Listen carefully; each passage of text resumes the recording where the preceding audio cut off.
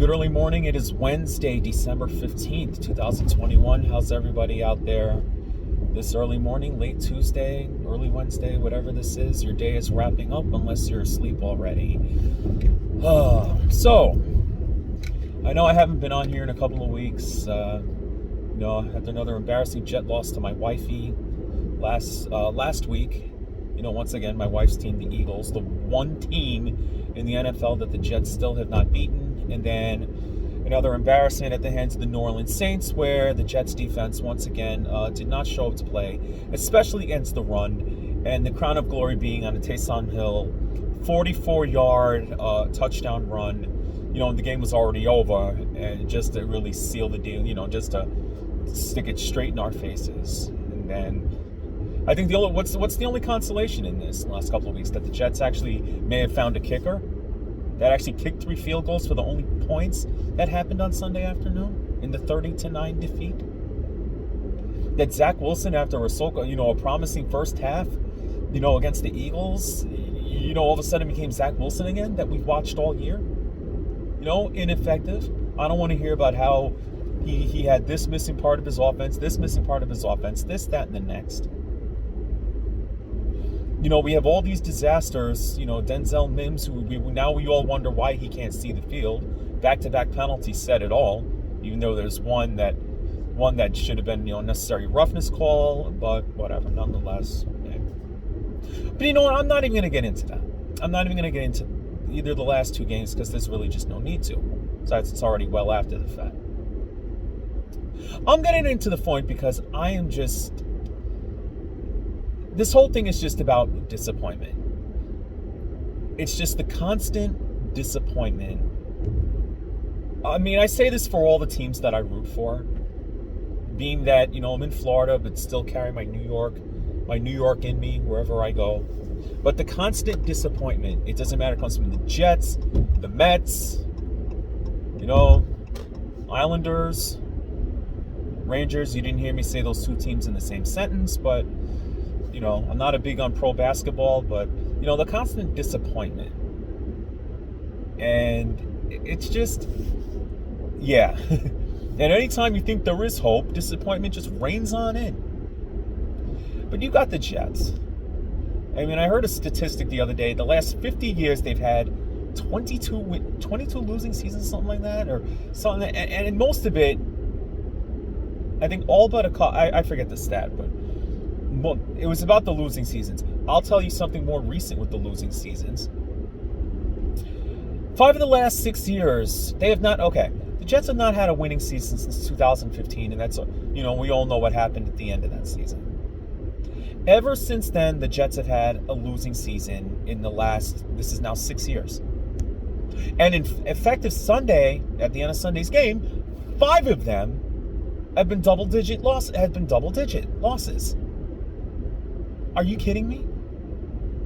And it's absurd how irrelevant this recent timing in most of these years, how irrelevant the Jets are by October. And it's just disgusting, deflating. Every freaking year we look forward, it's going to be promised, what are the Jets going to be this year? And then it's the same disappointment. And then people want to go out and say, it's the draft. And then by the time it's October, November, and the Jets don't matter anymore, let's suck for this person. Let's suck so we can get the highest pick. Let's suck so we could draft the next promising thing who'll be the next disappointment. Just like last year, let's suck for Trevor Lawrence, right? How's Trevor Lawrence doing in Jacksonville? So we didn't get Trevor. Why? How could you blow this? Then we go get Zach Wilson, little pretty boy who hadn't even looked like anything out of the 6th grade. How's he doing? So you sit and tell, it's just disaster year after disaster year. And it seems like anytime there's hope, they find some way to shoot themselves in the foot.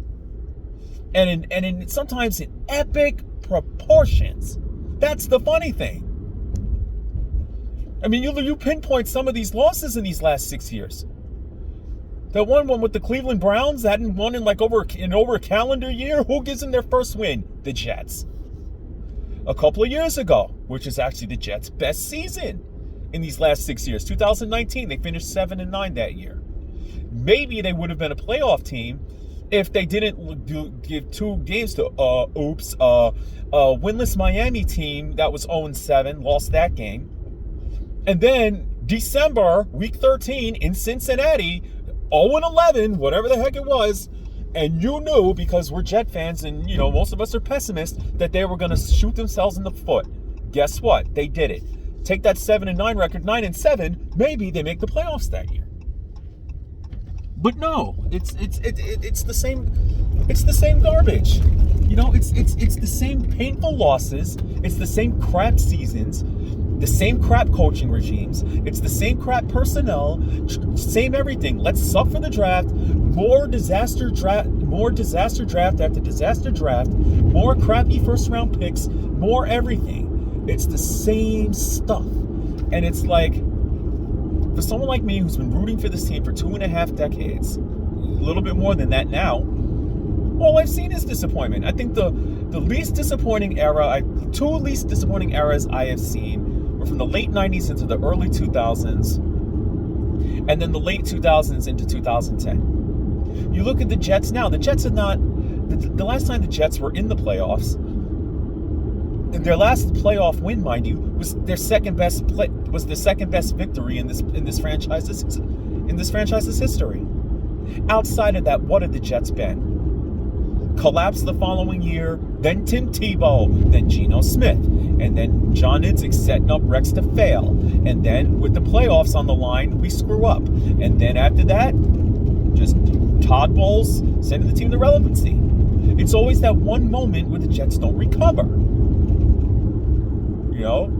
Victor Cruz, Christmas Eve 2011, right? The Jets never recovered. 99 yards, screen pass, 99 yards. The Jets have not recovered. 2015, we thought we're fine over it. 10-6, Buffalo not playing for a thing, right? All those Jet fans flocking into Buffalo, right? January 3rd, 2016. All those people, right? Home, off to Buffalo, and they lose. Everyone thought they had the game in the bag, go to the playoffs, and what happened? What does that go to show you? So, that's the name of the game. And ever since then, they've just faded into crap. That's what the Jets have been. Crap. And now, apparently, from what I heard, skipping ahead to this Sunday in Miami, from what I understand, this is now, and they're 8.5-point underdogs against a red-hot Dolphins team now that was 1-7, and now they're 5 or 6-7 now, whatever. No, I think they're 6-7. Well, I forget what they are. They're coming off a bye week. They had a late bye this year. I'm looking at it right now, and I'm just like, they're 8.5-point underdogs. I just read a stat that this is the 26th straight game that the Jets go in as underdogs. 26. You're kidding me. So that tells you that's all you need to know, is that most I said they were favored then. 2020. How many games have we played? This is 26 games, so this would be game 14. It dates back to, I don't remember. I don't even know what 26 games ago was. That's what goes to show you. That's how long it's been. But anyway, nonetheless, it's the constant just. It's embarrassing. We might very be much the new Cleveland Browns. I mean, what is this now? The last 2 years. Where are the Jets right now? They're 3-10? 3-10, right? The Jets in the last 2 seasons, as of right now, are 5-24. 5-24. Can you believe that? That is pathetic. The next 3 games are against the three teams, all from Florida, and none of the games are probably going to be shown live here. None of them. That's the funny thing. They have Miami on Sunday, Jacksonville. No, I'm sorry. Yeah, Miami Sunday in Miami. That's not being shown locally. Jacksonville, who usually does get broadcasted around here, I don't think that's being slated to be shown. And then Tampa Bay. Why even bother showing up, right? It's Tom Brady. Even though he's not in New England anymore, you know he still loves feasting on the Jets. And of course, Buffalo to wrap up the year, where Buffalo, you know, God only knows Buffalo. The bloom's falling off that rose up there. You know what? They might be playing for a playoff spot, and of course, you know they're going to destroy the Jets. So, you know, that's life as a Jet fan for you. That's the life for you. That's just what to say. You know, the other thing I can add to this, and this is what's gotten all the more insulting, is every time you watch the Jets on the road, the Jets at home, and how sickening and deflating it feels to watch every Jet game, getting, and you hear all the cheering and all the losing, and you hear all these visiting team fans take over MetLife Stadium. That's insulting to listen to. You know, when the product, and it's like, you look at the ownership, Woody Johnson, if you care, you're listening to all these fans, the visiting team fans, taking over your stadium. It doesn't matter if it's the Patriots. It doesn't matter if it's the Eagles, who, to be fair, they're near in geography. It doesn't matter if it was the Saints, you know, the Houday Nation that took over the stadium on Sunday. It doesn't matter if it's Seattle. It doesn't matter if it's whomever. Seattle, New Orleans, Tampa Bay. I'm sure there'll be a lot of Buck fans when they come in because they're all Brady front runners. There'll be all these people. You'll see. You know, it doesn't matter who. I mean, who else is coming to the Buffalo Bills? They always take over. Miami Dolphins, they always take over. Who else came into the stadium this year? Let's see. There was who else? Who else did they play? Well, I don't know about Jacksonville because Jacksonville's just playing terrible. But I didn't really see Tennessee either. But I mean, over the years, all you've seen is visiting fans take the stadium. I remember when Minnesota once came to MetLife, a game that the Vikings won. Skull, skull, skull. That's all you saw. That's all you saw in one end zone is named them their stupid skull chant. Seattle in their 12th man. Oh man, they took over MetLife in 2016. I remember how many freaking times it was insulting to listen to. Okay, this isn't the Giants or the Patriots, the Steelers, the Cowboys, all those front-running baggers. It's every team that has visited MetLife Stadium. And their fans take over. Now, granted, it's New York. It's December. Everyone wants to come get that Christmas cheer in December. So they go to New York, right? You know, if you're a football fan, oh, hey, you know, go on StubHub and get MetLife Stadium and see what you can get to go watch your team play the Jets. Might as well. So it's easy. It's easy, you know, we're supposed to be a faithful family. We love our team. I mean, there's no doubting that. It's just, no, it's like, does it not send a message? Does it not send a message to you, Woody Johnson, that you see your stadium, okay? You know, with all that jet, I mean, let's face it, a stadium that, let's get real, isn't ours, and it never will be. I don't care if it's a new stadium, it doesn't matter. Okay? The bottom line is, it's always going to be taken over. You know, and it's like you see visiting fans, if you're watching, you're seeing your stadium that you apparently share or you know, or a tenant of, taken over by the visiting team. You hear, every time the Jets have points allowed against them, you hear loud cheers.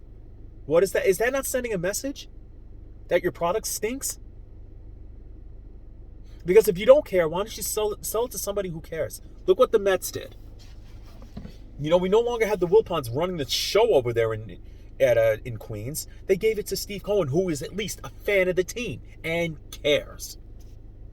Okay? So you can do all this stuff to sort of currentize the Jets, the uniforms, the stadium, everything else. Which, by the way, those uniforms are terrible, ugly.